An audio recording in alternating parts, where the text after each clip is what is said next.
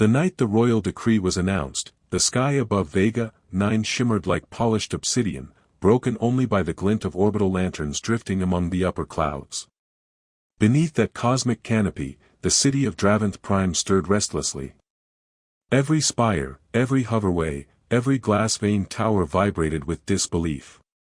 A dragon princess, one of the last of her kind, was to be bound to a human of the slums. Not a warrior, not a diplomat. A mechanic. Jackson Vale's name spread across the interlinks before the ink of the royal seal had dried. To the aristocrats, it was an insult to the bloodlines of the Flameborn. To the laborers of the Underhabs, it was a story that made them raise their heads a little higher. They said the human had been chosen by the Dragon Lady herself, but Jackson knew better. He hadn't been chosen. He'd been cornered. The morning after the decree, 2 sentinels wrapped in carbon thread armor came to his workshop. They stood silently amid the smell of ozone and oil, their mirrored visors reflecting the ragged chaos of his life, half-built drones, old skyborne fragments, and the humming heart of a reactor core he couldn't afford to finish. They handed him a scroll of light. His hands shook as he unrolled it, the holographic seal of House Draventh burning red. He read the words twice, unable to believe them, before whispering into the oily air, "They're serious." The sentinels didn't answer. One extended a hand. "By decree of the Empress Regent, you are to present yourself to the Royal Citadel before the second lunar cycle." Jackson almost laughed. "What happens if I don't?" The second sentinel tilted his head slightly, the faint hiss of hydraulic tendons betraying amusement. "You don't get the honor of breathing, human." The citadel loomed at the heart of Draventh Prime, a structure older than the city itself, grown, not built, from the fused bones of extinct sky dragons. Its walls pulsed faintly with bioluminescent veins, fed by ancient energy cells that no one, not even the royal engineers, fully understood. As Jackson crossed its threshold, he felt the pressure of the air change. It smelled of ozone, molten metal, and something deeper, something alive. The corridors were lined with portraits rendered in shifting plasma, each image a dragon or draconic hybrid watching him as he passed. He kept his eyes low, following the soft whir of the escort drones that guided him toward the throne chamber. Kilira of Draventh waited upon a dais of living stone. She was not what the Holophedes had shown. They painted her as a creature of pure flame, all talons and arrogance, but the woman who stood before him was far more composed, and far more dangerous.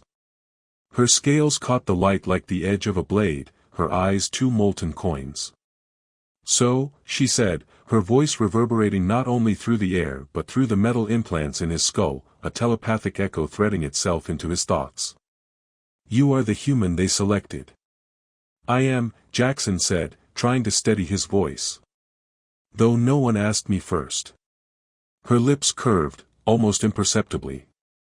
"You would have refused." "I would have questioned." Kilira descended the steps slowly, each movement deliberate, predatory. "You think questioning power changes it? The stars burn whether you consent or not." He wanted to speak again, but her presence pressed on him like gravity. She circled him once, examining him as though inspecting a machine for flaws.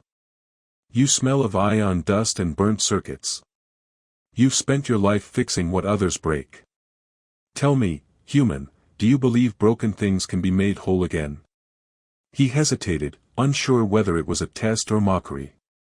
"Everything can be fixed," he said finally. "If you're willing to get your hands dirty." The faintest flicker of approval crossed her features before she turned away. "Good. You'll need that filth where you're going." The ceremony was to be held beneath the twin moons, within the celestial spire, a cathedral suspended above the city by gravitational locks. Its transparent floor allowed the citizens below to witness the spectacle. Drones hovered in silent orbits, recording every moment for the archives. To the nobles, it was a humiliation ritual disguised as unity. To Jackson, it was a cage made of starlight. When the time came, he was dressed in armor pieced together from relics of the old wars, ornamental, uncomfortable, and far too heavy. Kilira stood opposite him, wearing nothing that hid her scales. Her wings, folded tight, glimmered faintly beneath the light of the moons. The priest machine began the incantations, its voice a blend of sacred code and forgotten languages. As their hands met, his flesh, her scales, Jackson felt a pulse of warmth shoot through his arm. The world dimmed. For a heartbeat, he saw her memories, a sky filled with burning stars, the collapse of an empire, her people fading one by one. She gasped, eyes widening, then snatched her hand away.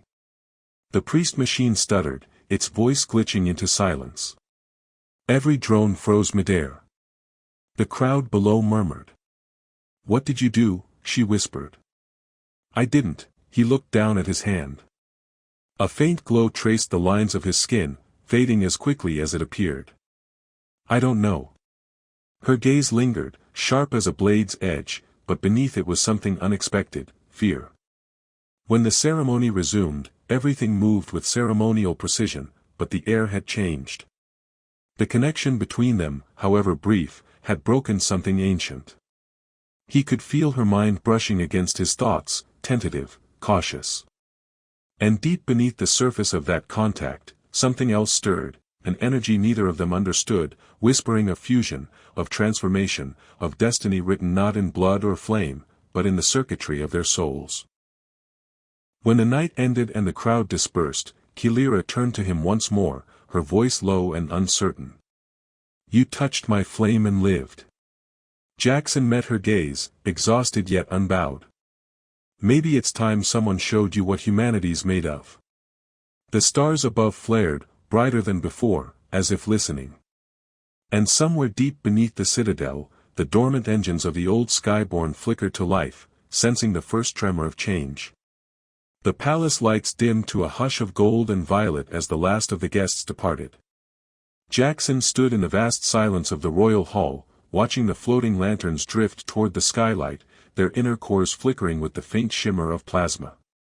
The air carried the scent of ozone and the faint, metallic sweetness of dragonfire. Somewhere far above, hidden in the black ribs of the ceiling, drones whispered among themselves in ultrasonic murmurs, archiving every gesture, every glance between bride and groom. Kilira had vanished behind a veil of light, escorted by her attendants, but Jackson could still feel the echo of her presence under his skin, the pulse that had flared through his hand when they touched. It wasn't just heat. It had been communication, a brief collapse of the boundary between two forms of life. He could still hear the faint resonance of her mind like a tuning fork struck inside his skull, distant but insistent. He rubbed his hand, half expecting to see it glowing again. It didn't. Only the faint scars of old burns and solder marks remained. The silence didn't last long. A servant drone approached him, its body shaped like a serpent woven from liquid steel. "Consort Jackson Vale," it said, voice both male and female, layered with artificial warmth. "The princess awaits you in the ascendant chamber." He wanted to laugh at the title. Consort, they said it like it was an achievement, not a sentence. He followed the drone through corridors that seemed to grow narrower with every step. The walls here weren't built from stone or metal, but from grown coral infused with photonic wiring. Faint pulses of color ran through it like the breath of a sleeping. The night the royal decree was announced, the sky above Vega 9 shimmered like polished obsidian, broken only by the glint of orbital lanterns drifting among the upper clouds. Beneath that cosmic canopy, the city of Draventh Prime stirred restlessly. Every spire, every hoverway, every glass-veined tower vibrated with disbelief. A dragon princess, one of the last of her kind, was to be bound to a human of the slums. Not a warrior, not a diplomat. A mechanic. Jackson Vale's name spread across the interlinks before the ink of the royal seal had dried. To the aristocrats, it was an insult to the bloodlines of the Flameborn. To the laborers of the underhabs, it was a story that made them raise their heads a little higher. They said the human had been chosen by the dragon lady herself, but Jackson knew better. He hadn't been chosen. He'd been cornered. The morning after the decree, 2 sentinels wrapped in carbon thread armor came to his workshop. They stood silently amid the smell of ozone and oil, their mirrored visors reflecting the ragged chaos of his life, half-built drones, old skyborne fragments, and the humming heart of a reactor core he couldn't afford to finish. They handed him a scroll of light. His hands shook as he unrolled it, the holographic seal of House Draventh burning red. He read the words twice, unable to believe them, before whispering into the oily air, "They're serious." The sentinels didn't answer. One extended a hand. "By decree of the Empress Regent, you are to present yourself to the Royal Citadel before the second lunar cycle." Jackson almost laughed. "What happens if I don't?" The second sentinel tilted his head slightly, the faint hiss of hydraulic tendons betraying amusement. "You don't get the honor of breathing, human." The Citadel loomed at the heart of Draventh Prime, a structure older than the city itself, grown, not built, from the fused bones of extinct sky dragons. Its walls pulsed faintly with bioluminescent veins, fed by ancient energy cells that no one, not even the royal engineers, fully understood. As Jackson crossed its threshold, he felt the pressure of the air change. It smelled of ozone, molten metal, and something deeper, something alive. The corridors were lined with portraits rendered in shifting plasma, each image a dragon or draconic hybrid watching him as he passed. He kept his eyes low, following the soft whir of the escort drones that guided him toward the throne chamber. Kilira of Draventh waited upon a dais of living stone. She was not what the Holophides had shown. They painted her as a creature of pure flame, all talons and arrogance, but the woman who stood before him was far more composed, and far more dangerous. Her scales caught the light like the edge of a blade, her eyes two molten coins. "So," she said, her voice reverberating not only through the air but through the metal implants in his skull, a telepathic echo threading itself into his thoughts. "You are the human they selected." "I am," Jackson said, trying to steady his voice. "Though no one asked me first." Her lips curved, almost imperceptibly. "You would have refused." "I would have questioned." Kilira descended the steps slowly, each movement deliberate, predatory. "You think questioning power changes it? The stars burn whether you consent or not." He wanted to speak again, but her presence pressed on him like gravity. She circled him once, examining him as though inspecting a machine for flaws. "You smell of ion dust and burnt circuits. You've spent your life fixing what others break. Tell me, human, do you believe broken things can be made whole again?" He hesitated, unsure whether it was a test or mockery. "Everything can be fixed," he said finally. "If you're willing to get your hands dirty." The faintest flicker of approval crossed her features before she turned away. "Good. You'll need that filth where you're going."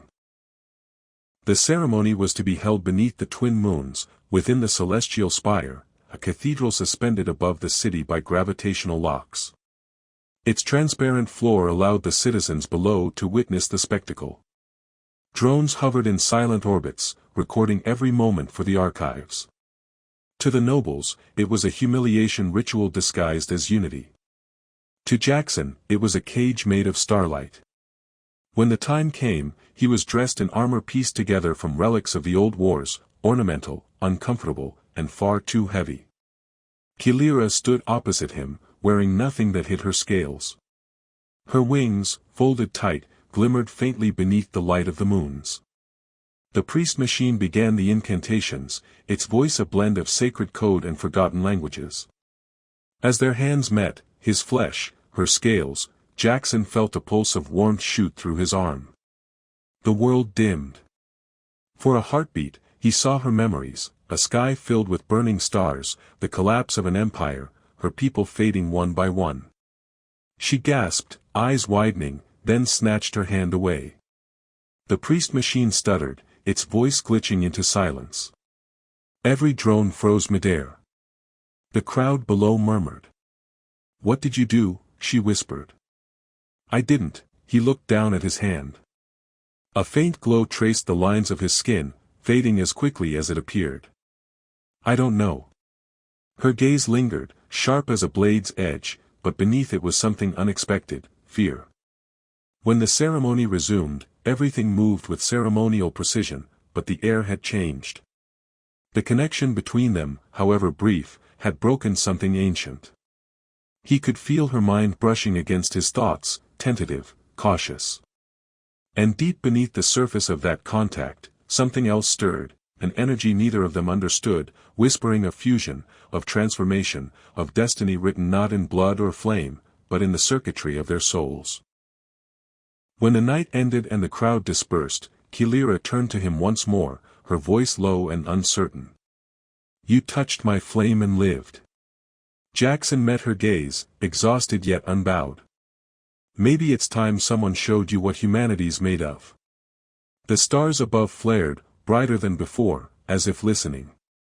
And somewhere deep beneath the citadel, the dormant engines of the old Skyborn. The morning after the explosion, the citadel breathed like a wounded beast.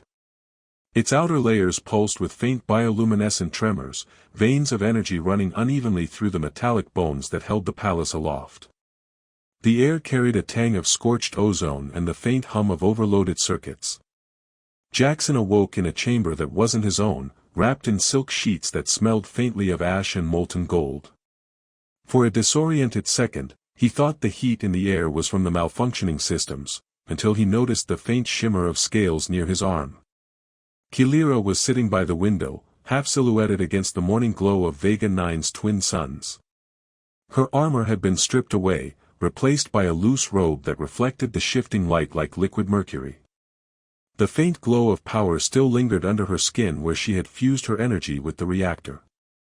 Her eyes were closed, but he could feel the quiet intensity radiating from her. "You shouldn't have interfered," she said without turning. "I saved your palace," Jackson replied. His voice was hoarse, his throat raw from smoke. "You risked your life in a system you didn't understand. The energy here, it isn't like your crude human machines. It thinks, it hungers. It remembers."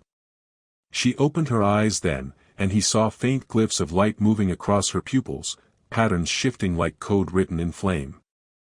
"I've worked with unstable reactors before," he said, pulling himself upright. "They all think they're gods until they melt down. Yours just has better manners." That earned him a flicker of something like amusement. But it vanished as quickly as it appeared. "Lord Vareth will not stop," she said quietly. "He has tasted power from the void beyond our borders. He means to merge Dragonfire with something older, something forbidden." Jackson frowned. "Older than your kind?" "Older than any kind," she murmured. "There were entities here before flame, before flesh. The ancients trapped their essence in machines like the one beneath this citadel. That's why we keep them sealed. We learned that not all energy comes without a price." He leaned forward, resting his elbows on his knees. "Then tell me what he wants from you." Kilira looked back toward the light spilling across the city. Below them, the capital stretched in shimmering tiers of metal and glass, its floating markets gliding on repulsor fields, its towers humming with layered energy conduits. "He wants what all who have power eventually want," she said. "To live forever. To rule without flame or decay. He believes that by merging our kind with synthetic life, we can become gods." Jackson stood and walked to the window beside her. "Sounds like he's already halfway there." She tilted her head, her scales catching the dawn. "You speak without fear. Most who stand in this chamber would kneel." "I've spent my whole life crawling under machines bigger than your palace," he said. "You stop being afraid of what's above you after a while." Kilira regarded him for a moment longer, then turned away. "Come," she said. "There's something you must see." They descended into the lower levels of the citadel, far beneath the gilded halls of ceremony. The deeper they went, the more the air thickened with the scent of coolant and rust. The corridors became narrower, their walls humming with magnetic vibrations. Strange sigils pulsed faintly in the dark, carved into the living alloy that formed the citadel's skeleton. Kilira pressed her palm against one of the sigils, and the wall dissolved into mist, revealing a cavernous chamber filled with machines unlike anything Jackson had ever seen. Rows upon rows of dormant skyborne engines lined the room, massive structures of bone, metal, and energy conduits, each shaped like the skeletal remains of dragons. "This is where the first union of our kind began," she said softly. "When the old world ended, my ancestors sought salvation in machinery. They believed the soul could be preserved if bound to circuits of sufficient complexity. Many succeeded. Others became something else." Jackson stepped closer to one of the engines. It wasn't entirely dead. Faint pulses of light ran along its core, like the ghost of a heartbeat. He placed a hand against the cool surface, feeling a strange rhythm beneath his palm, steady, deliberate. "They're still alive," he whispered. "Alive, yes. But no longer truly dragons." Her voice was distant now, heavy with centuries of grief. "We call them the bound. Their consciousnesses are trapped within these shells, unable to die, unable to dream. The nobles fear this place, but I come here to remember what we once were, and what we risk becoming again." Jackson turned to her. "If Vareth wants to merge with whatever's inside the old machines, this is where he'll strike next." Kilira nodded slowly. "And if he succeeds, he will tear apart the barrier between our world and the void beyond. The energy released would make the Citadel's explosion seem like a spark from a dying ember." He glanced again at the silent ranks of the bound. "Then we don't let him succeed."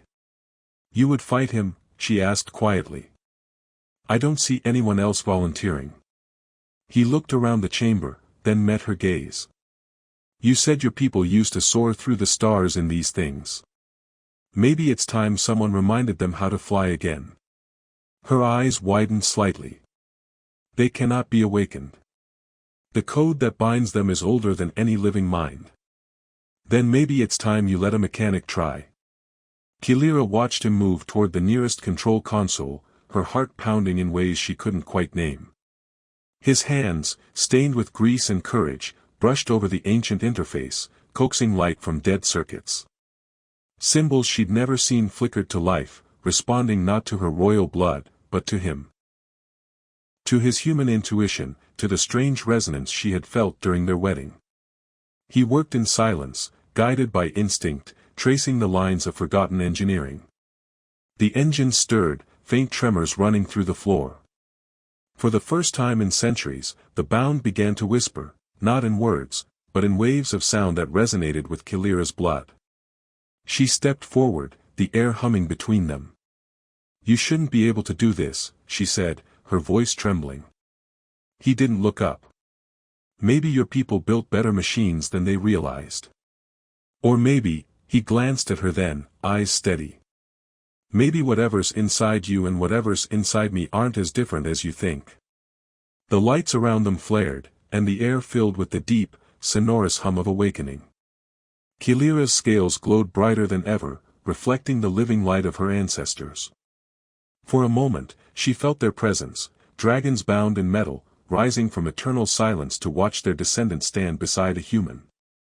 And in that fusion of flame and machine, of royalty and common blood, a spark of something unprecedented was born, a signal that rippled outward through the citadel, through the city, and into the dark reaches of the void, where Lord Vareth waited, smiling, as he felt the pulse of their awakening. The citadel shook with low, resonant groans as if it were a living creature in pain. Sparks rained from the fractured conduits, scattering like fireflies in the corridors. Jackson moved quickly, his hands working over the exposed panels of the skyborne engines while Kilira flared her wings, bathing the chamber in molten gold light. The bound whispered around them, their voices a ghostly chorus riding the pulse of the machinery.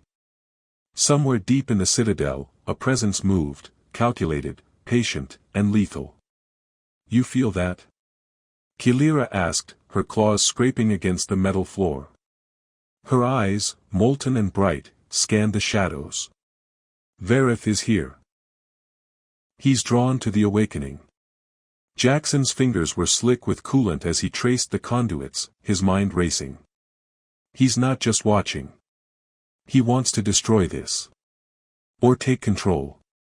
Or both." Kilira's wings snapped open with a hiss, the heat in the chamber rising sharply. Then we stop him before he reaches the core. The corridors twisted as they moved, a labyrinth of living metal that groaned and flexed with every step. The shadows around them shifted unnaturally, and Jackson realized the citadel itself seemed to resist intruders, an ancient AI intertwined with the living alloy, responding to the surge of dragonfire and human intuition now pulsing through the machines. It was alive, but it did not trust outsiders. He felt its curiosity brushing against his mind, probing for understanding, testing him. They reached the central atrium, where the east reactor had been damaged in Veritha's previous assault. Sparks sprayed from broken conduits, and the air was thick with the acrid tang of overcharged plasma. Jackson knelt beside the reactor, his hands dancing over the interface, coaxing it to stabilize. Kilira hovered above, her flame tracing the fractures, sealing the energy leaks with molten precision. Then the shadows moved. Verith emerged from the darkness, half dragon, half machine, his body a grotesque symphony of alloy and organic tissue. His eyes glowed a cold, icy blue, and the room seemed to shrink under the intensity of his presence. "Impressive," he said, his voice a digital echo layered over raw flesh. "I wondered if the human could awaken the engines without incinerating himself. But I see I underestimated you both." Kilira stepped forward, her wings spread wide, flames licking the edges. "You will not touch this place." Verith smiled, a flicker of circuits visible beneath his skin. "Touch it? I intend to reshape it. Merge dragonfire with the ancient core, bind the bound to something greater. A perfect army, an eternal dynasty." Jackson glanced at Kilira, the hum of the engines resonating with their combined pulse. "We're not letting that happen," he said, voice steady, though his heart hammered. The first strike came as a wave of energy, sent through the conduits toward the reactor. Jackson slammed his hands onto the interface, diverting the flow.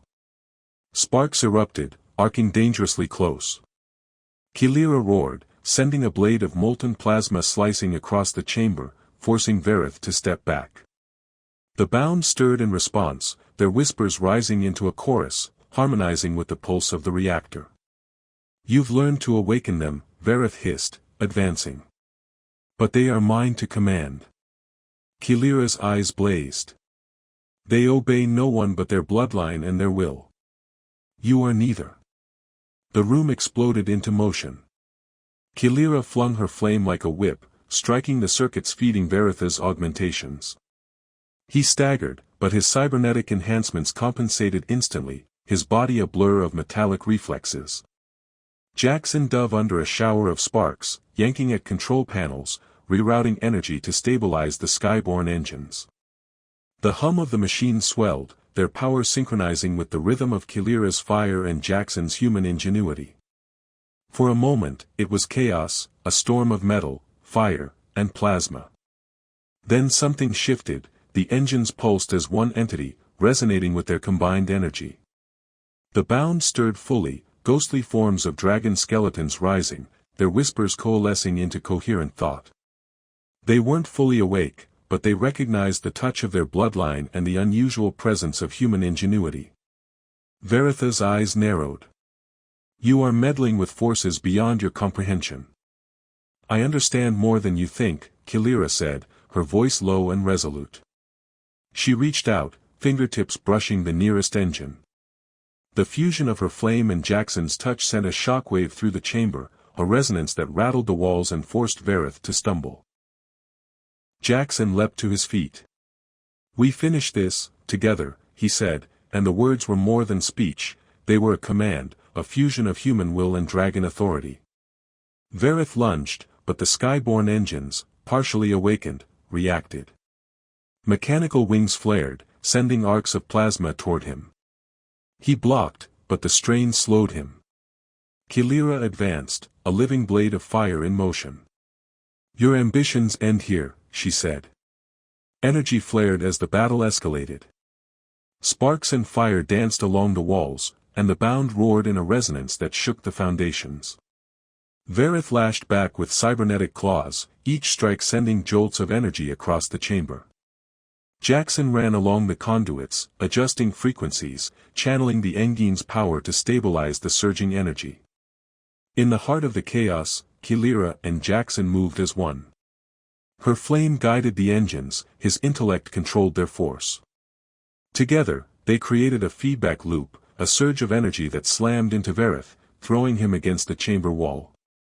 His systems overloaded, blue light flickering erratically across his body.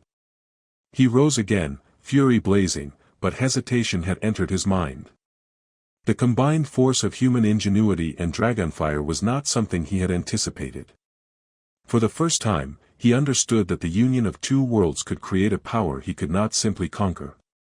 Kilira's eyes locked on his. "You wanted to command everything," she said, voice cutting like steel. "But some forces cannot be owned. Not by birth, not by machine, and not by greed." The bound roared, the engines pulsing, and Jackson felt a resonance pass through him, connecting his own heartbeat to the ancient rhythm of dragonkind. Sparks erupted, walls groaning, the chamber vibrating as if the citadel itself had come alive to defend its progeny.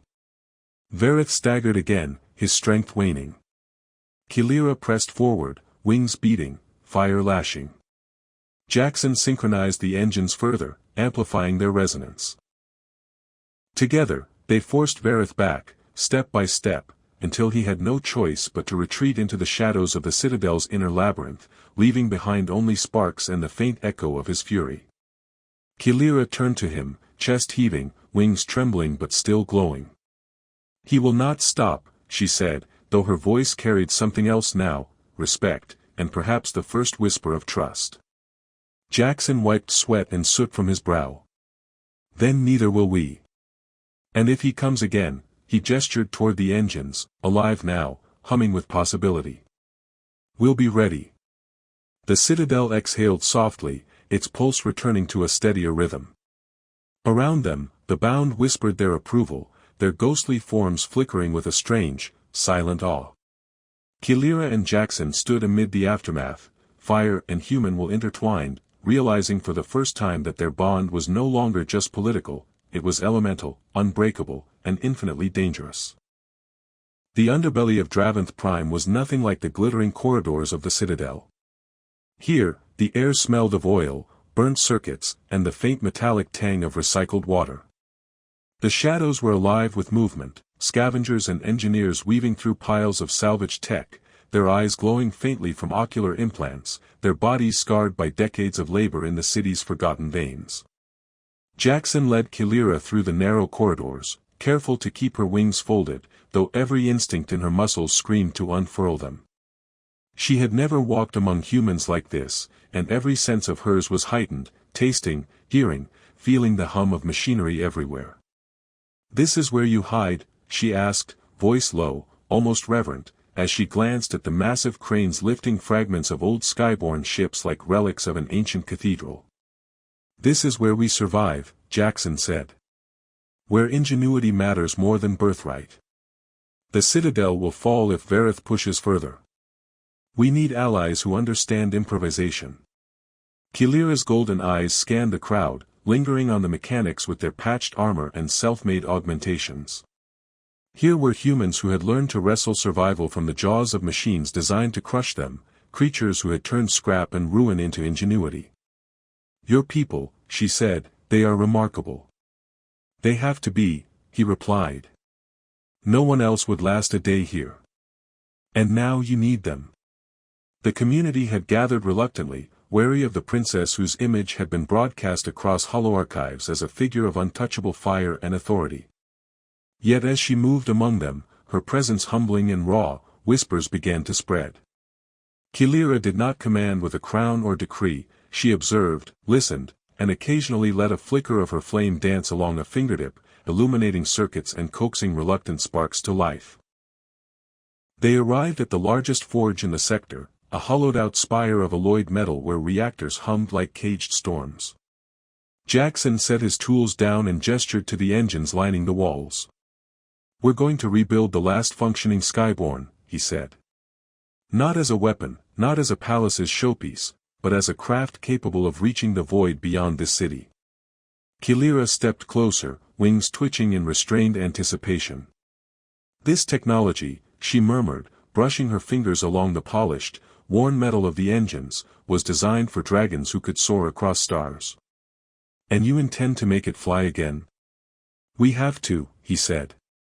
Vareth won't stop. If he succeeds, he won't just take the citadel, he'll take the skies, the colonies, the bound themselves. We need speed, mobility, and the advantage of unpredictability. We'll use what he thinks is dead against him. The dragon in her stirred at his words, at the unorthodox brilliance in his voice.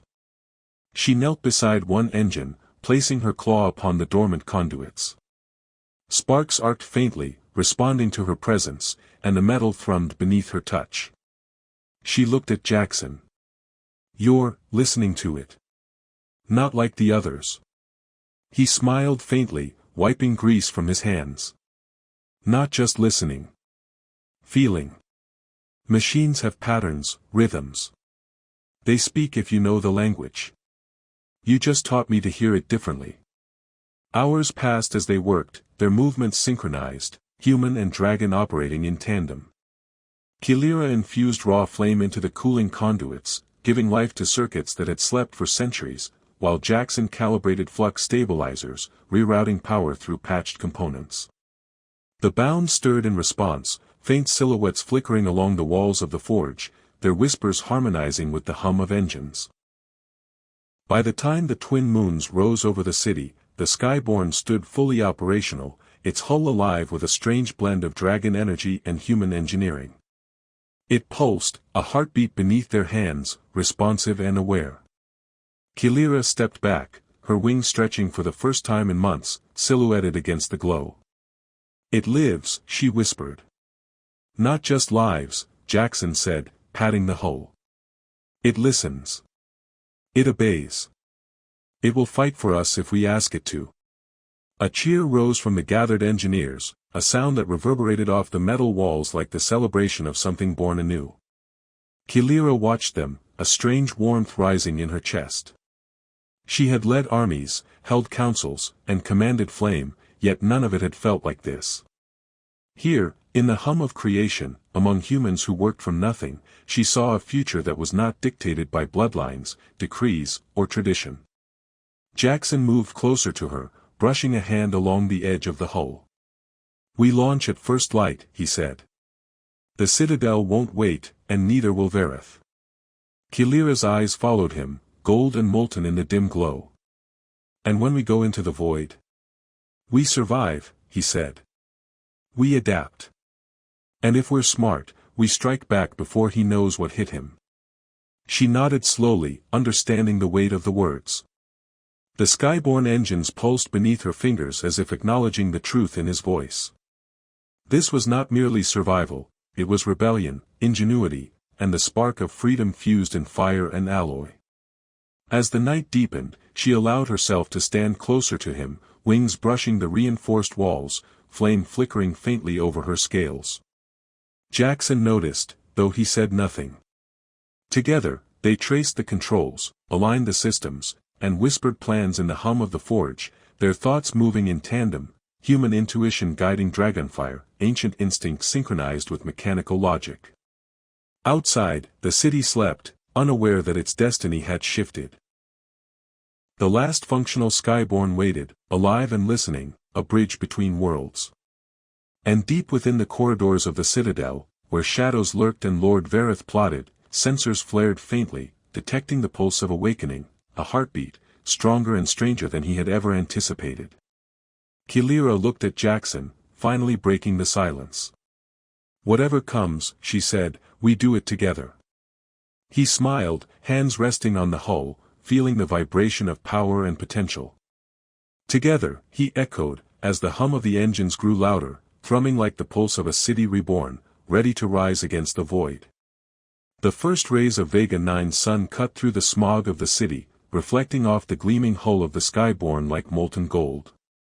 The streets below were silent, but the air above thrummed with tension.